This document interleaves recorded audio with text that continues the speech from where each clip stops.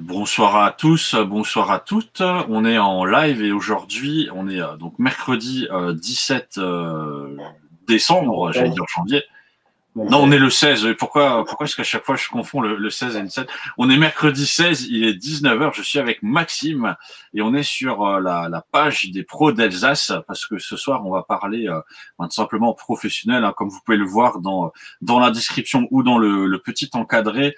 On parle de Maxime qui est photographe. Alors déjà avant qu'on commence, est-ce que tu vas bien Maxime? Écoute, tout va bien en fait. On ne se plaint pas, on fait comme on peut pendant cette période. Bah, écoute, super. Ben, j'espère que hier c'était le premier jour du déconfinement. J'espère que ça s'est bien passé pour toi et que tu profites de pouvoir sortir sans attestation, en tout cas en journée, et que ben, tu essayes de faire plein de choses. Et Disons qu'en fait, ça n'a pas on va vraiment parler changé de toi. Oui. ma vie. Ça veut dire que moi, j'avais mon attestation d'entrepreneur qui me permettait de travailler et donc de me rendre chez mes clients pour me prendre en photo. Donc le déconfinement ne change pas beaucoup. Bien sûr, on a essayé, on va dire, d'appliquer les consignes en mettant en place des mesures d'éloignement. Donc, de toute manière, ce qu'on a fait principalement, c'est des photos en studio. Et en studio, normalement, il faut à peu près 2 à 3 mètres entre les deux personnes. Donc, normalement, tout va bien. Ok, cool. Eh ben, j'espère en tout cas que pour toi, ça s'est bien passé cette deuxième période de confinement. De toute façon, on y viendra un petit peu plus tard. Alors, je vois qu'il y a des gens qui commencent à nous rejoindre. Donc déjà, n'hésitez pas à nous dire si vous nous voyez bien, vous nous entendez bien. Voilà, on peut avoir quelques petits soucis de son, malheureusement. J'espère en tout cas que tout se passera bien. Et ben voilà, pour ceux qui nous rejoignent et qui découvrent, voilà, on est sur la chaîne les pros d'Alsace. Donc vous pouvez nous retrouver hein, sur Facebook. Il y a aussi le groupe Facebook les pros d'Alsace. Et l'objectif, c'est tout simplement de pouvoir suivre des professionnels alsaciens et de montrer un petit peu leur métier. Donc on a déjà eu l'occasion de faire 2 premières vidéos avec Quentin et une vidéo la semaine dernière avec Christian que j'ai eu l'occasion d'aller suivre directement chez lui. Donc tout ça, vous pouvez le retrouver sur notre chaîne. Et aujourd'hui, on est avec Maxime. Alors Maxime, pour ceux qui nous rejoignent, voilà une petite présentation de toi, tout simplement. Qui es-tu, ta vie, ton œuvre? Alors, c'était écrit sur le synthé qu'il y avait juste avant, sur le bandeau. Je suis photographe, mais pas seulement. En fait, je suis également diplômé en journalisme. Disons que la photographie, c'est ce qui me définit en quelque sorte. Tant d'un point de vue de ma passion, parce que ça l'est également, que de ma profession, que j'exerce pour des particuliers en réalisant des portraits, ou alors pour des professionnels, donc à travers de la photo de produit, du reportage d'entreprise ou directement pour la presse. Peut-être la partie qui me plaît le plus, mais même si tout me plaît en photographie. Et quand c'est pour la presse, c'est des reportages qui sont commandés sur des sujets divers et variés qui sont intéressants, on va dire, par le côté qu'on a tous les jours quelque chose de nouveau, on aborde différents sujets et ces sujets nous mènent à faire des rencontres de personnes très diverses et qui ont beaucoup de choses à raconter pour la plupart. Ok, super. Bah écoute, on va rentrer un peu plus justement dans le détail du métier de photographe. Donc pour ceux qui nous regardent, voilà, est-ce que tu peux déjà raconter un petit peu c'est quoi concrètement le métier de photographe et ensuite bah, nous parler de ta carrière à toi en tant que photographe?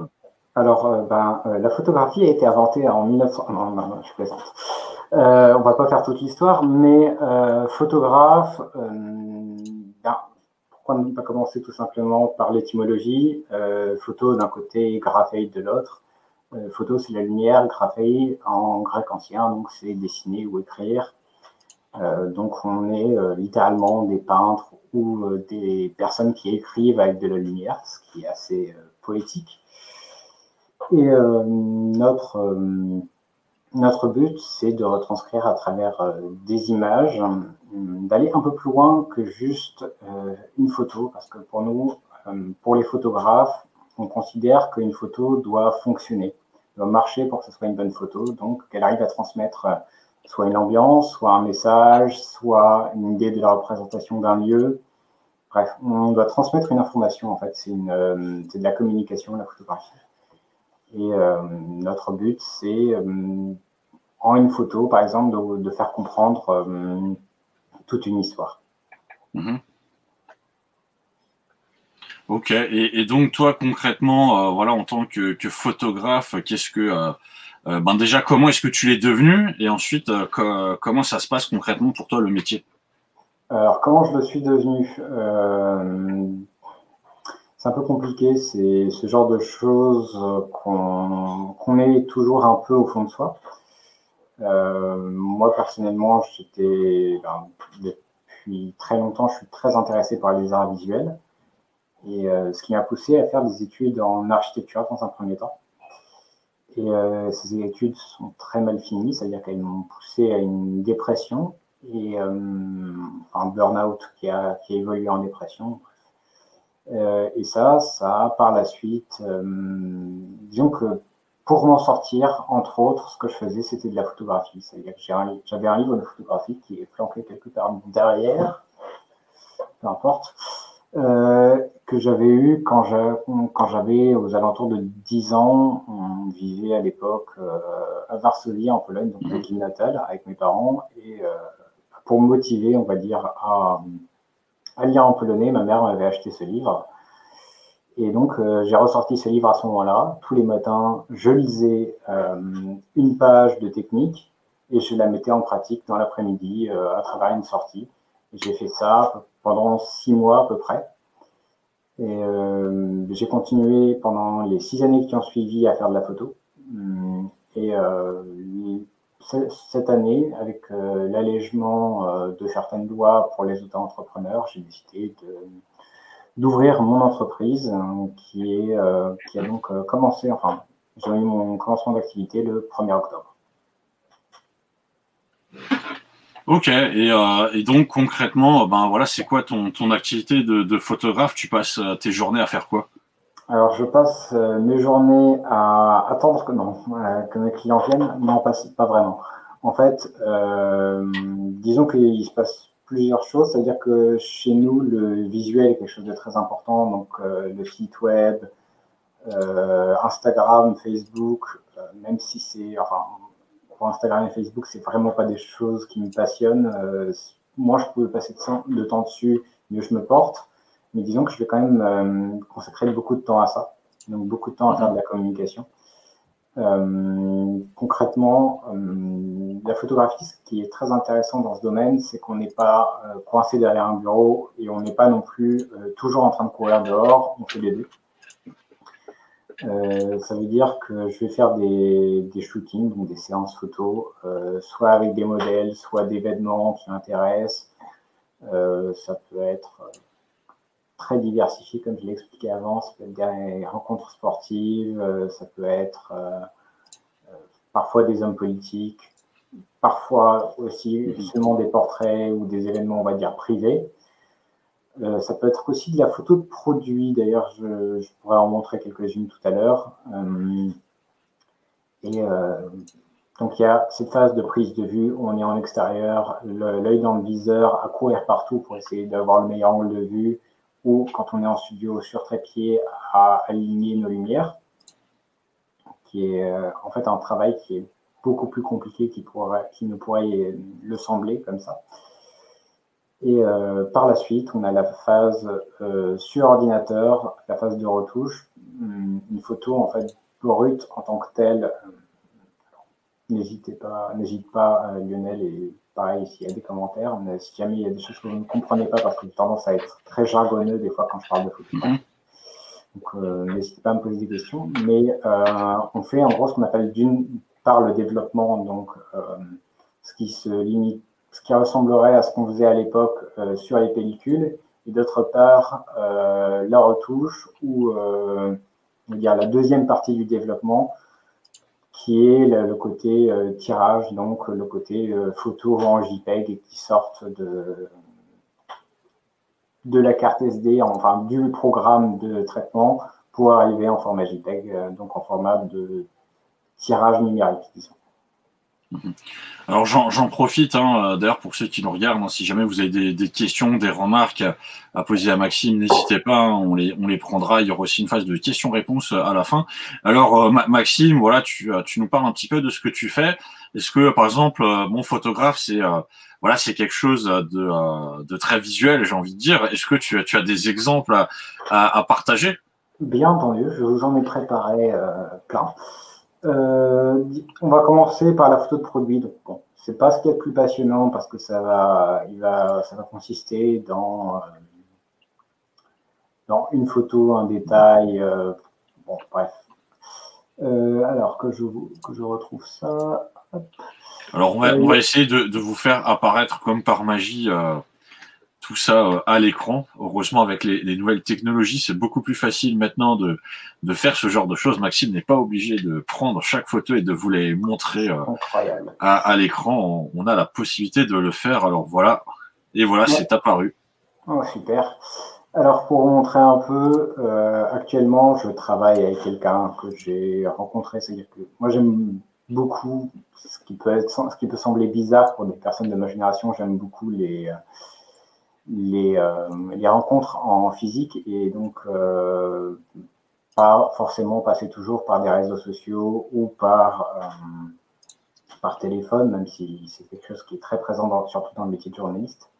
Donc j'avais rencontré une personne à la Chambre des métiers qui a créé sa marque de vêtements, qui est une marque qui est établie à Strasbourg. Donc, bon, c'est des vêtements en coton. Un peu de pub ne va pas lui faire de mal non plus, mais c'est quelqu'un qui fait quelque chose d'assez intéressant en faisant du Made in France, il me semble, entièrement en coton recyclé et puis des vêtements d'assez bonne qualité. Donc moi, mon rôle, on va dire, sur ces photos, ça sera de rendre ce vêtement vivant. Alors, je ne sais pas si on voit ma souris ou pas du tout. Oui, on voit ta souris. Yes, je vais pouvoir montrer les trucs. Donc, pour ce genre de vêtements, en fait, ce qui est assez intéressant, c'est pour moi de donner un plus, de ne pas faire un vêtement à plat, une photo, on va dire, vintage, mais donc de créer des conditions de studio, photographier les tenues ou les produits dans ces conditions, pour ensuite, alors là on est sur des photos très neutres pour que tout le monde puisse se projeter dedans. Après on peut donner plus de style et c'est ce qu'on va faire très prochainement à travers des shootings où les vêtements seront portés par des modèles en extérieur de préférence et donc, à partir, en quelque sorte, d'un axe de mon client, qui va être, par exemple, du dynamisme, de la qualité, du recyclé et du éco-responsable, on va essayer de définir une imagerie, un type de visuel. Donc là, un aspect légèrement mat, des vêtements qui sont éclairés de manière à peu près uniforme, mais quand même, il reste encore quelques plis pour que ce soit visible, enfin pour qu'on voit un peu le côté 3D. En plus de ça, c'est quelque chose c'est une photo qui a été faite sur mannequin, et moi je vais effacer le mannequin par la suite pour qu'on ait une impression de profondeur et qu'on ait vraiment l'impression d'un vêtement porté, même s'il ne l'est pas. Voilà, donc là, c'est ce sur quoi on travaille actuellement avec quelques autres petites images. Donc là, j'avais fait 7 épreuves pour ce client qui sont très différentes, enfin très différentes pour moi. Lui, ensuite, a pu choisir quelle identité lui plaisait le plus par rapport à ce qu'on avait défini. On fait quelques autres photos, on va dire, de plus close-up pour donner quelques impressions sur le tissu, sur la qualité. Mais après, mais ensuite, on peut faire vraiment plein de types de produits différents. Et par exemple, il y a la photo type packshot qui va être, bon, alors ça c'est moi-même qui l'ai fait il y a fort longtemps, mais l'image reste assez intéressante malgré tout. On va s'amuser avec les éclairages. C'est en fait à la base de la photo, comme ce qu'on voit pour la photo de produits de beauté. Donc, vraiment faire travailler sur l'éclairage pour rendre au mieux, on va dire, l'aspect de l'objet qu'on veut photographier, et surtout le fait qu'il ne soit pas plat, en fait, qu'il ne se confonde pas avec le fond et qu'il attire l'œil du futur, on va dire, spectateur, futur client. Enfin, moi, je parle plutôt de spectateur dans ce cas que de client, parce que ça ne sera pas directement mon client. Mais on peut faire ce genre de choses. Ou alors, bon, c'est moins de la photo produit, ça c'était plus de la photo un peu... c'est plus de l'ordre de la plaisanterie, on va dire. Car c'est une photo qui a finalement servi pour un concours.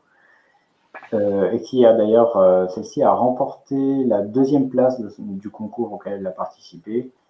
Mais moi, je le faisais surtout pour me moquer des organisateurs que je trouvais un peu... C'était un concours sur le café, ce concours ou... Alors, c'était un concours sur le artistique qui se nommait, que je réfléchisse, Révolution. Et concours artistique organisé par l'université à l'époque. Donc, j'ai fait face à plein d'autres photographes assez bons pour certains. Et je voulais juste aborder le sujet très différemment. Alors, c'est pas du café, c'est du thé. Et c'est juste une parodie un peu de photos Instagram à l'époque où je l'ai fait, où beaucoup de gens photographiaient ce qu'ils buvaient. C'est quelque chose que je vois un peu moins aujourd'hui. Et donc, reprendre ces codes-là, les détourner un peu. Le thé en plus, qui est un symbole de révolution avec la Boston Tea Party. Bref, et essayer de faire une photo à peu près correcte avec un sujet qui est un peu stupide malgré tout. Et bon, voilà, on a le résultat ici. Je vais rebasculer sur mon écran, sur ma webcam. Voilà. Voilà, donc ça c'était pour la photo de produit en tant que telle. D'ailleurs, je pense qu'actuellement on est dans une période où, disons qu'on va privilégier la vente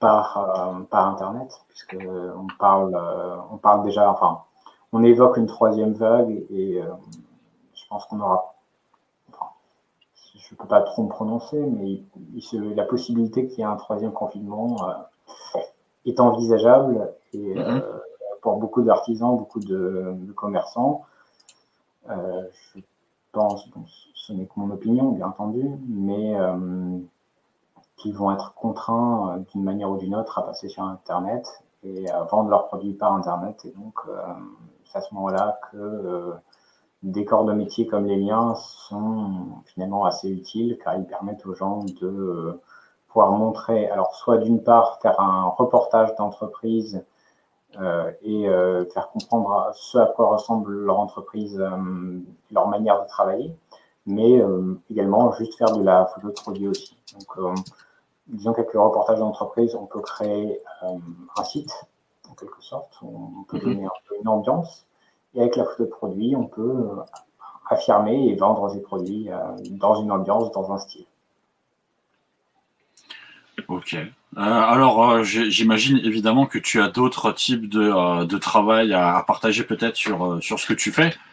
Et même que tu pourrais nous raconter peut-être des anecdotes assez rigolotes. Alors, je crois que pour rentrer un peu dans le drôle, tu as rencontré à un moment de ta vie l'homme le plus drôle de France, a.k.a. François Hollande, si je ne m'abuse. Ouais, oui, bien sûr. Alors ça, c'était... à l'époque, je travaillais pour les DNA, les dernières nouvelles d'Alsace. J'imagine que ceux qui sont ici connaissent. Donc, je travaillais en tant que salarié. Et on m'a envoyé faire un reportage, on m'a envoyé faire des reportages sur plein de sujets différents. C'était passionnant, c'est quelque chose que j'aimerais beaucoup continuer à faire, mais malheureusement, c'est difficile d'être salarié dans la presse aujourd'hui. Voyons voir où est-ce que j'ai mis ça. Hop. Alors, je refais un partage d'écran. Ouais. Tac. Alors, l'homme le plus drôle de France, je sais pas, mais alors je sais pas si tu vois mon écran. Oui, oui. Parfait. Disons qu'il était venu faire la promotion de son livre Les leçons du pouvoir, c'était l'année dernière, et il était passé en même temps au lycée Jean Monnet faire une petite conférence sur l'Europe. Bon.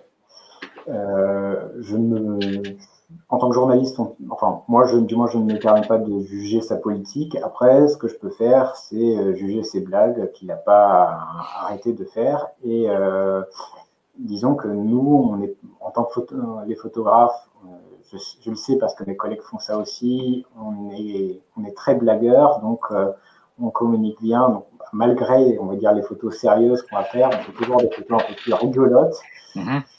Ou comme celle-ci, par exemple, que j'aime particulièrement, où on va jouer un peu, on va dire, avec la personne qu'on photographie. D'ailleurs, la photographie est un jeu, ça veut dire que, surtout quand on fait du portrait, on installe un climat entre nous et la personne, et on va essayer de capter les petites mimiques, les petites expressions, on va essayer de faire rire les personnes qui sont en face de nous. Pour ça, on a un stock de blagues, je ne sais pas si c'est la méthode de tout le monde, mais du moins c'est la mienne, j'ai un stock de blagues absolument incroyable. Alors elles sont toutes nulles, mais plus elles sont nulles, plus elles sont drôles. Et c'est garanti, j'arriverai toujours à faire marrer mes modèles. Donc, pour ceux qui nous regardent, si jamais vous avez des questions à poser justement sur ce sujet précis ou autre, n'hésitez pas. Voilà, bon, donc on voit que tu as sans doute dû passer quand même un bon moment. Alors je ne sais pas si tu en as raconté des blagues. Alors pas moi directement, c'est-à-dire il avait un emploi du temps plutôt pressé à ce moment-là. J'en ai pas eu de moi-même, et surtout que malgré ce que je peux dire, on est quand même une profession que j'appelle une profession de l'ombre. Juste mes onglets qui ont disparu. On est une profession de l'ombre, donc en fait ce qui se passe, c'est que quand on travaille, on reste discret, sauf si on fait du studio, où en fait notre but, on parle beaucoup avec nos interlocuteurs, nos modèles, mais ça fait partie de notre travail aussi, parce que c'est quelque chose qu'on fait pour les détendre, pour les mettre à l'aise, pour qu'ils soient sûrs d'eux, pour pas qu'ils commencent à se poser des questions en mode est-ce que je suis bien, est-ce que ce genre de questions qui va les stresser et les crisper.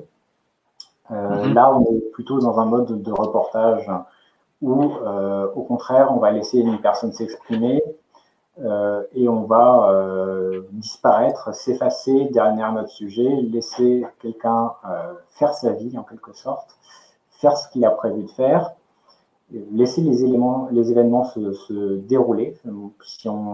Pour citer Henri Cartier-Bresson, donc un des grands photographes, mais des chasseurs d'images en quelque sorte. Et là, notre but, ça sera de capturer un petit regard, un petit détail, quelque chose de rigolo, quelque chose qui interpelle pour faire passer nos messages, faire passer les messages de la presse si c'est ce qu'on cherche, faire passer les messages de nos clients en fonction de ce qu'ils recherchent. Voilà, donc on n'est pas trop, on va dire, dans la communication directe à ce moment-là, mais plus dans quelque chose de plus subtil, je pourrais dire. Pas vraiment une question de subtilité, plutôt une question de délicatesse. Voilà. Ok. Et donc, dans les autres travaux que tu as pu faire, tu as peut-être envie de nous partager un petit peu je sais pas ce que tu peux partager sur Instagram ou d'autres choses pour montrer un petit peu peut-être le travail un peu plus général ou personnel que tu as l'occasion de faire. Il y a plusieurs choses. Ça veut dire que je suis, on est assez catégorisé, on va dire, entre nous les photographes. Mais disons que moi, je suis principalement du reportage et du portrait, même plus de portrait finalement que de reportage. Ce que je peux montrer majoritairement, je vais montrer ça. Donc, en fait, d'un côté, pour moi, le reportage, c'est aussi de la photo d'art. C'est un peu ma vision des choses, mais c'est une manière de faire, c'est très personnel. Personne n'est obligé de penser comme moi. Donc, j'ai sur une de mes pages qui s'appelle donc Scribel Lucem, bon, c'est du latin, ça veut dire photographie, mais en latin, traduit littéralement. Il y a aussi des traces, enfin des photos des expositions que j'ai pu faire dans des galeries. Donc, ma première série, je peux vous la montrer, elle s'appelait, c'est pas ça, elle s'appelait Matchesna, donc la materie en fait. Donc, c'était, je voulais me présenter pour ma première série exposée en galerie. Et pour cela, j'ai montré une série sur, alors pas ma ville de naissance qui est Varsovie, mais sur la ville d'où vient la famille de ma mère, qui est au sud de la Pologne, dans le sud de la Pologne. Hop, un partage d'écran. Et donc, c'est une série qui a été exposée plusieurs fois en galerie. Je ne sais pas si on voit. Ouais. Super. Et donc, c'est une série alors, qui a été réalisée en argentique, pas en numérique. Parce que il y a un moment, je suis devenu un peu fou dans ma jeunesse, on va dire, photographique, et où j'ai acheté 18 appareils photo. Et donc ça, c'était une série où je voulais, on va dire, me présenter, montrer d'où je venais, qui j'étais, sans me mettre directement en scène. Donc une série qui parle, donc ça c'est ma vie familiale par exemple, et ça c'est une autre ville qui s'appelle Zakopane, qui est au sud de la Pologne, qui est la ville de vacances par essence des Polonais, enfin vacances d'hiver. Et ça c'est la ville d'où vient ma famille, qui est une ville qui a gardé, on va dire, les traces du communisme avec ce genre de bâtiments qui sont très lourds, qui ont été construits dans les années 50, donc qu'on appelle des Stalinovki, des bâtiments faits sous Staline. Et actuellement, ces bâtiments sont repeints et rénovés. Donc, mais il reste des traces, et c'est une série, on va dire, assez subtile, où je liste plein de détails, plein de petites références qui ne sont pas visibles à l'œil nu, mais qui sont visibles surtout par rapport au temps qu'on va passer à regarder l'image. Et si j'aime beaucoup discuter, donc si qui que ce soit a des questions, j'aime beaucoup engager la conversation et lui expliquer que même les pavés en fait sur cette rue sont importants. Donc bon, c'est une série où bien sûr la neige est omniprésente. Alors j'ai les trains, donc le voyage. On se rend là dans cette ville donc de Zakopane principalement en train. La neige qui est omniprésente, on va dire, dans mes souvenirs d'enfance. Et de l'autre côté, donc cette ville qui est grise, sombre, et dont je suis issu. Après, je tiens à prévenir rapidement les gens qui regardent ce live. En tant que photographe, on travaille sur écran calibré, donc on a parfois des petits détails dans les images que vous ne percevez pas directement de votre côté, juste pour que si jamais on fasse un tirage, on puisse s'approcher au plus près de ce qu'on voit sur écran. Donc si jamais, là par exemple, je ne sais pas si Lionel, tu vois les petits détails sur la neige, les petites nuances de gris. Oui, on voit effectivement qu'il y a des petits trucs dans la neige. Il y en a beaucoup en fait, mais c'est pas forcément visible en fonction de vos écrans. Voilà, donc ça en fait techniquement c'est la photo pliée en quelque sorte, celle qui représente l'une des deux photos qui représente le mieux ce travail, parce que c'est le bâtiment où vivaient mes grands-parents. Ma grand-mère y vit toujours, mon grand-père est malheureusement décédé l'année dernière. Et donc, c'était en gros l'une des premières visions de je suis arrivé dans un lieu qui est aussi chez moi. Voilà. Alors, en commentaire, il y a Serge qui disait chouette les photos en noir et blanc.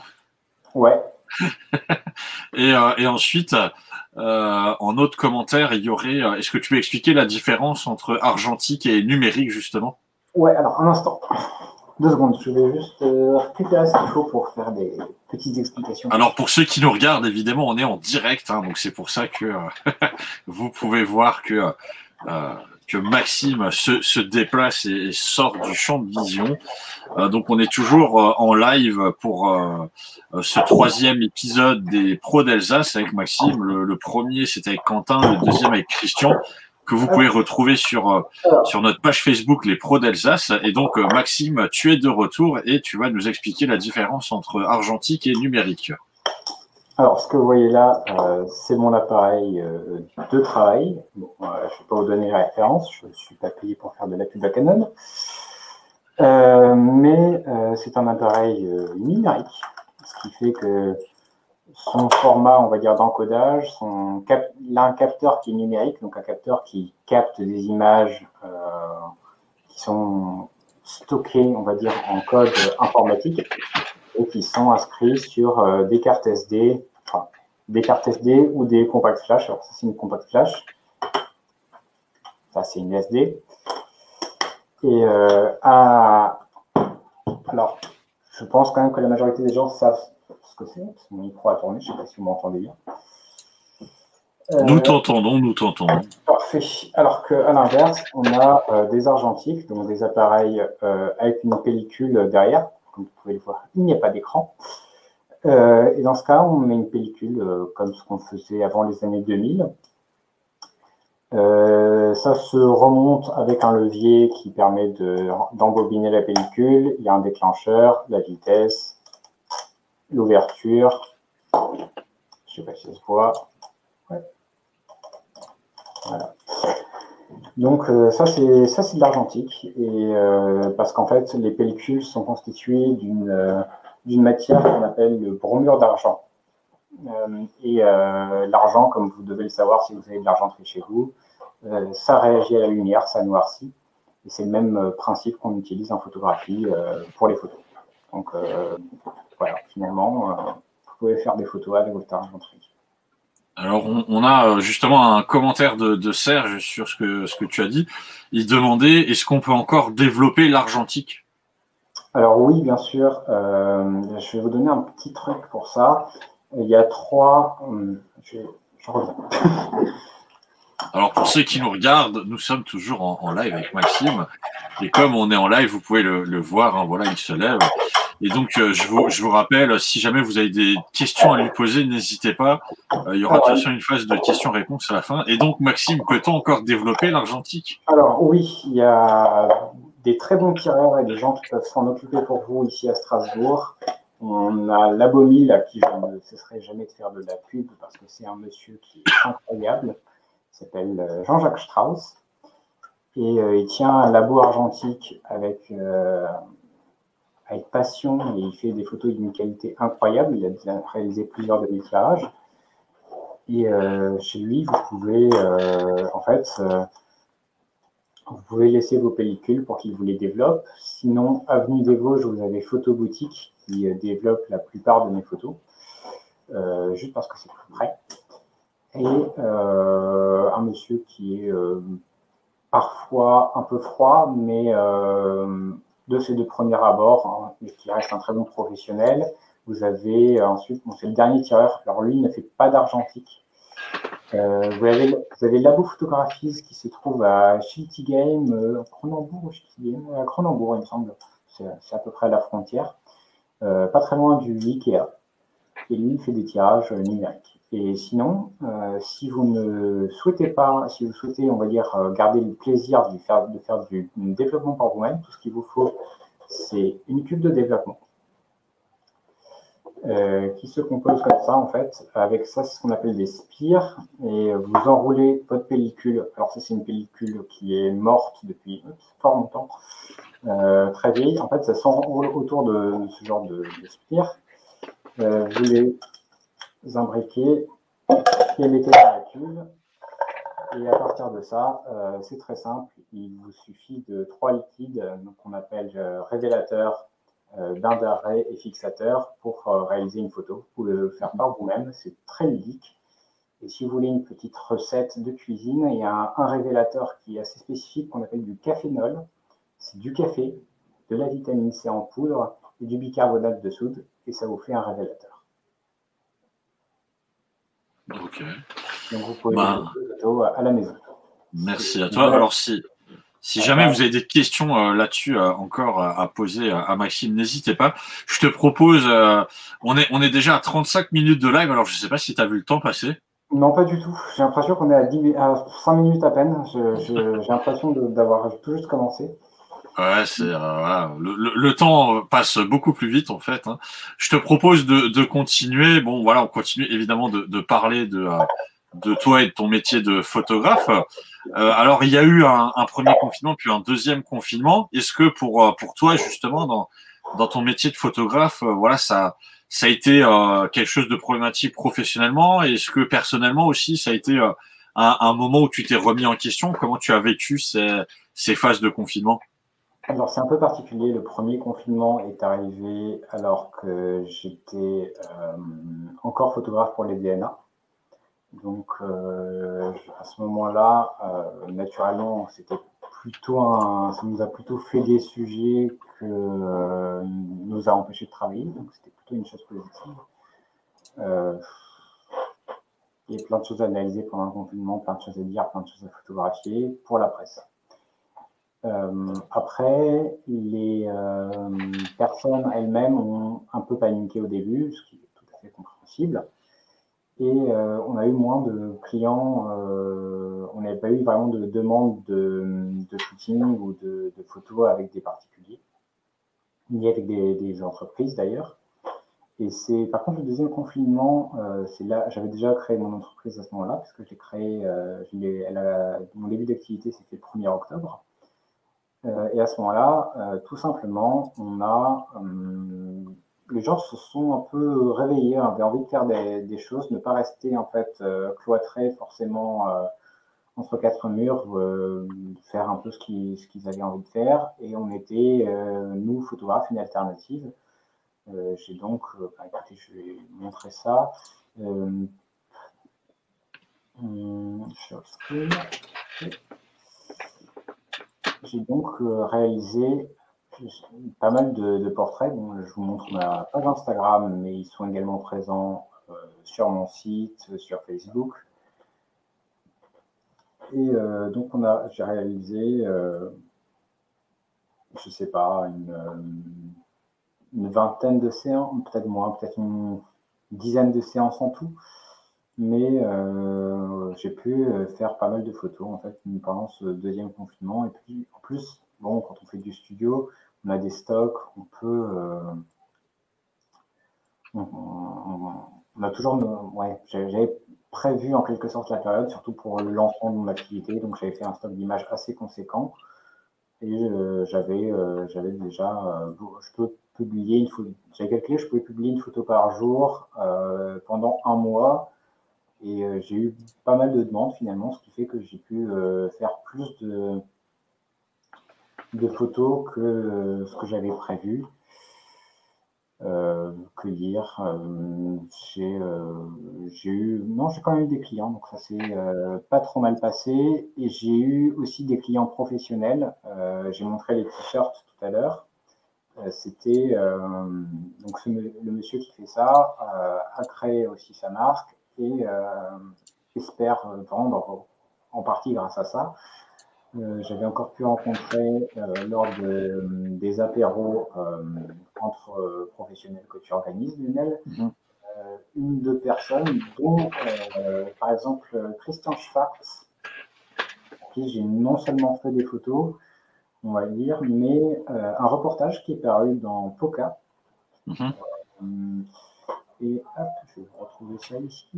D'ailleurs, Christian, hein, si jamais tu regardes cette vidéo, salut à toi. Et je le rappelle, Christian a été le numéro 2 à avoir eu sa vidéo dans les pros d'Alsace que vous pouvez retrouver sur notre page Facebook. Donc, n'hésitez pas à aller faire un tour. Et surtout avec Christian, en fait, on était en live, puisque je suis allé le voir directement à son boulot. Et voilà. Voilà, donc on avait fait tout un reportage qui a duré, je crois, on a fait 4 jours de reportage, 4 jours de prise de vue pour retenir au final 20 photos. Et en compagnie donc de cette dame qui nous a très gentiment accueillis et qu'on a suivi lors de son quotidien tout simplement. Donc c'est pas de la photo de guerre ou de la photo d'homme politique, c'est rien de bien palpitant. Mais on voulait montrer que pendant le confinement, Christian pouvait continuer à travailler, que surtout il apportait une réponse à des besoins qui étaient des besoins réels qui existaient. Donc, faire ses courses, aller au musée, prendre un café, bref, voilà, ce genre de choses. Même ne serait-ce que parler, échanger quelques mots. Et comme vous pouvez le voir sur les photos, malgré la pluie, malgré le mauvais temps, on a pu faire nos photos et réaliser un reportage dont je suis assez fier. Tu as un petit commentaire de Serge qui disait c'est du terrain. Ouais, c'est beaucoup de terrain, mais c'est aussi beaucoup de bureaux parce que dès qu'on ramène nos photos, alors je dis que je suis photographe, mais je suis pas seulement photographe, je fais aussi de la vidéo, même si c'est beaucoup moins fréquent que j'en reçoive des demandes. Mais que ce soit du montage vidéo ou de la retouche, du développement de la post-prod photo, je sais pas comment appeler ça.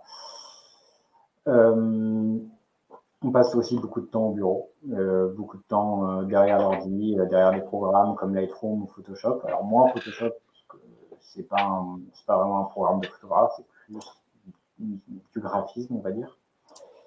Mais oui, il y a du terrain qui est passionnant. Bon, après, il ne faut pas avoir peur des intempéries. Donc, s'il pleut à verse, il faut savoir qu'on est quand même dehors. S'il fait froid, on est quand même dehors. Enfin, ça c'est surtout pour le reportage. Si c'est la nuit à 2h du mat qu'on vous appelle pour un incendie, ben, on est dehors aussi. Mais si la partie gratifiante du travail, c'est qu'on a pu informer. Alors, j'aime pas le terme illustré parce que notre travail n'est pas celui d'un illustrateur, notre travail est celui d'un informateur. On communique vraiment avec ce qu'on fait. D'ailleurs, pour vous montrer un peu ça, je peux vous montrer mon travail pour la presse.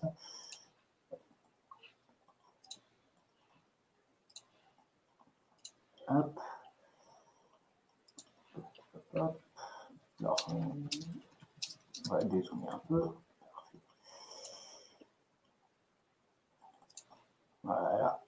Et donc, en fait, quand on va travailler, on va faire des photos qui vont finir, comme vous pouvez voir, d'ailleurs, quand j'ai dit que c'était la nuit, là, c'est typiquement une photo de nuit.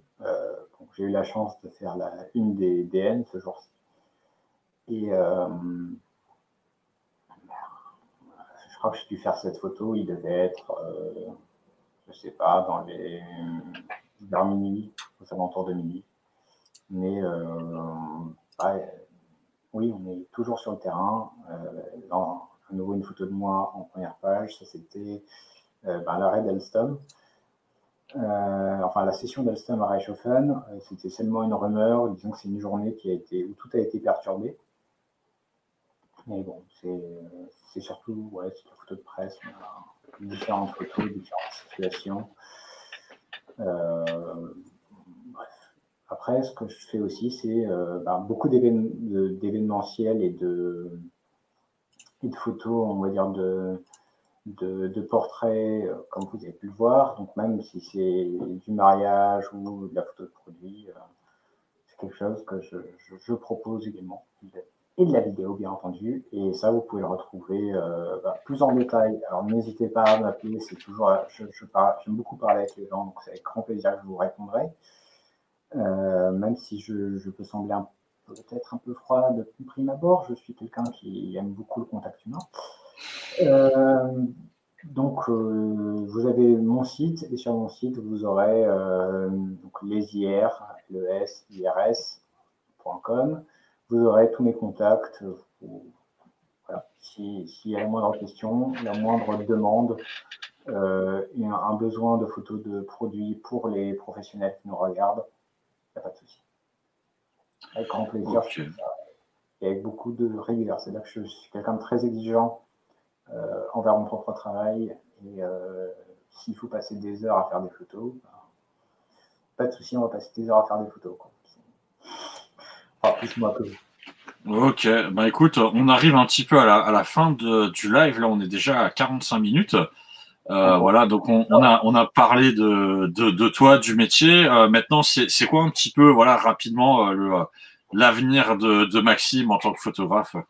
Alors, l'avenir de Maxime en tant que photographe, c'est, alors, d'une part, comme vous avez pu le voir, je suis quelqu'un d'assez jeune, j'ai 24 ans, donc je compte l'année prochaine reprendre des études pour avoir un master en photographie, sachant que la profession, en fait, n'est pas une profession qui demande de diplôme en France. Donc tout le monde peut se dire photographe, même si dans les faits, c'est loin d'être une profession évidente d'un point de vue technique, dans le sens photographique pur. Après, il y a aussi la partie, on va dire, commerciale et communication, qui sont moins amusantes pour moi que la photographie, mais auxquelles je dois m'atteler. Voilà. Donc Maxime, l'année prochaine, va reprendre des études pour avoir un master en photographie, probablement en République tchèque. Et Maxime, idéalement, aimerait travailler pour National Geographic en faisant des reportages. Mais Maxime est ravi de faire des photos, quelle que soit la mission qu'on lui donne. Ça peut être un peu difficile parfois. Je sais que j'ai un caractère un peu provocateur, même si on ne dirait pas, mais j'aime beaucoup les défis. Donc surtout si vous avez un truc impossible à faire, je suis la personne parfaite. Vous m'offrez un jouet en fait en me disant un truc impossible à faire. Ok, bon bah voilà, à retenir, si vous voulez faire des trucs impossibles, il y a Maxime. Voilà, donc on arrive à la fin du live. Je vais juste prendre encore peut-être la dernière question. Voilà, il y a quelqu'un qui demandait par rapport au film, qu'est-ce qu'il disait exactement? Je regarde. C'était qui vend ces films? Alors, qui vend ces films? Alors, si vous avez de l'argent à dépenser, genre beaucoup, il y a la Fnac qui... Ah non, je crois qu'ils n'en font plus maintenant. Ils en vendaient à une époque, mais c'est 10 fois trop cher. La meilleure solution, elle est assez triste à dire. Enfin, il y en a deux, des bonnes solutions. La première, c'est Internet. C'est sur des sites qui s'appellent Labo Argentique, Photostock, ce genre de choses, qui vendent encore des films. Alors, il y a plusieurs types de films. Il y a des formats 120 qui sont un peu plus grands, qui sont sur une base de 6 cm. Il y a du film 135, donc du format 35 mm. Bon, ça se trouve, mais la meilleure solution que je puisse donner, c'est d'adhérer, on va dire, à des groupes où des groupes, en fait, il y a beaucoup de groupes sur Facebook de photographes argentiques. Nous, on est constamment en train de revendre et d'acheter des pellicules de la couleur avec des sensibilités différentes.